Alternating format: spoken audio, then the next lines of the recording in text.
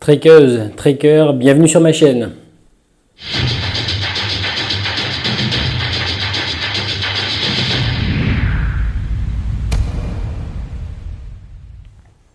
Randonneuse, randonneur, bienvenue sur ma chaîne. N'hésitez pas à vous abonner. Cette fois-ci, nous allons parler d'un vêtement qui m'a un peu posé souci, à savoir est-ce que je dois en prendre un ou pas.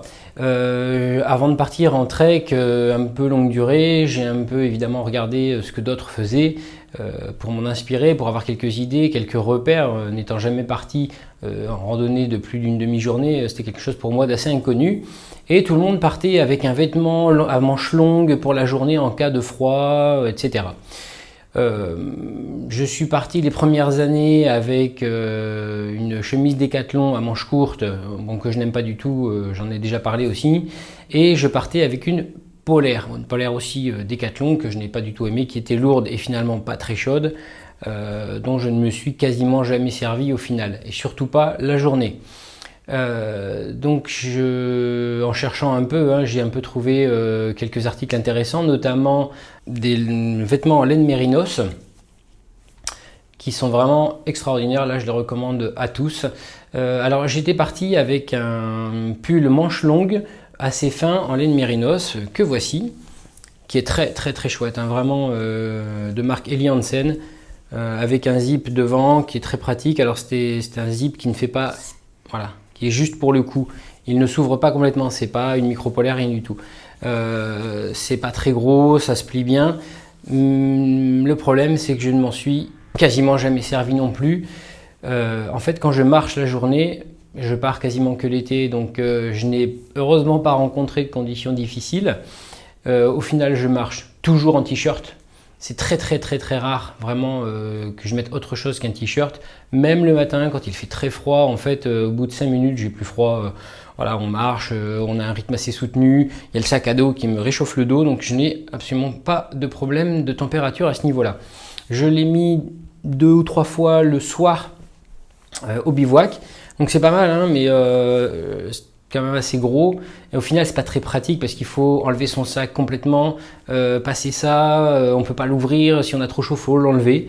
Je trouve pas ça très pratique. Donc au final je me suis posé la question de savoir si je le prenais encore en randonnée ou pas, et l'année dernière avant le Kera j'ai pris une micro polaire. Je voulais quand même tester, c'est quelque chose qui me trottait dans l'esprit depuis un petit moment. Et je voyais vraiment pas ce que ça pouvait être vraiment une micro polaire en conditions réelles. Donc je me suis équipé, comme je vous l'ai montré dans une vidéo précédente, dans le massif de la Sainte-Baume, très exactement. Voilà, c'est une North Face qui est très légère, vraiment très agréable. Et bizarrement, je m'en suis servi quasiment tous les jours dans le Kera. Les températures étaient vraiment très fraîches, même en pleine journée, on dépassait rarement les 15 degrés. Il y avait du vent des fois, au col il faisait vraiment très très froid, on devait être à 6-7 degrés. Donc au final je m'en suis servi pas mal, c'est très pratique parce qu'on peut l'ouvrir complètement. Ça respire vraiment pas mal aussi, j'ai jamais transpiré dedans outre mesure. C'est vraiment très léger, c'est très agréable à porter, on s'en rend presque pas compte. Ça s'ouvre bien, au final de temps en temps je l'enlevais aussi, comme si j'avais enlevé mon pull en laine mérinos, mais c'est plus facile à enlever, c'est plus facile à remettre, c'est peut-être moins efficace que le pull en laine mérinos, ça c'est vrai. La laine mérinos c'est vraiment très très efficace, on a vraiment chaud avec ça, il n'y a pas de souci. Ça aurait pu me servir au final aussi en bivouac pour la nuit. Mais en fait j'ai trop chaud la nuit aussi, mon duvet étant plutôt performant, je n'ai absolument pas besoin de ça la nuit. Alors est-ce que j'aurais dû prendre un duvet moins efficace, plus léger et dormir avec ça? C'est à voir. Je trouve au final que la micro polaire c'est vraiment sympa, et surtout je pense avoir plus chaud avec ça, alors que c'est beaucoup plus léger, que ma polaire Décathlon qui était très grosse, qui est assez moche d'ailleurs aussi, je dois le dire, mais qui était très grosse et je transpirais en fait beaucoup dedans, c'était pas du tout respirant. Celle-ci est très respirante. Au final, j'ai beaucoup hésité. Je ne regrette pas cet achat, je la reprendrai dans mon prochain trek. c'est étonnant, je n'en avais jamais utilisé, je n'en avais jamais eu besoin et l'année où je l'achète, je l'utilise quasiment tous les jours.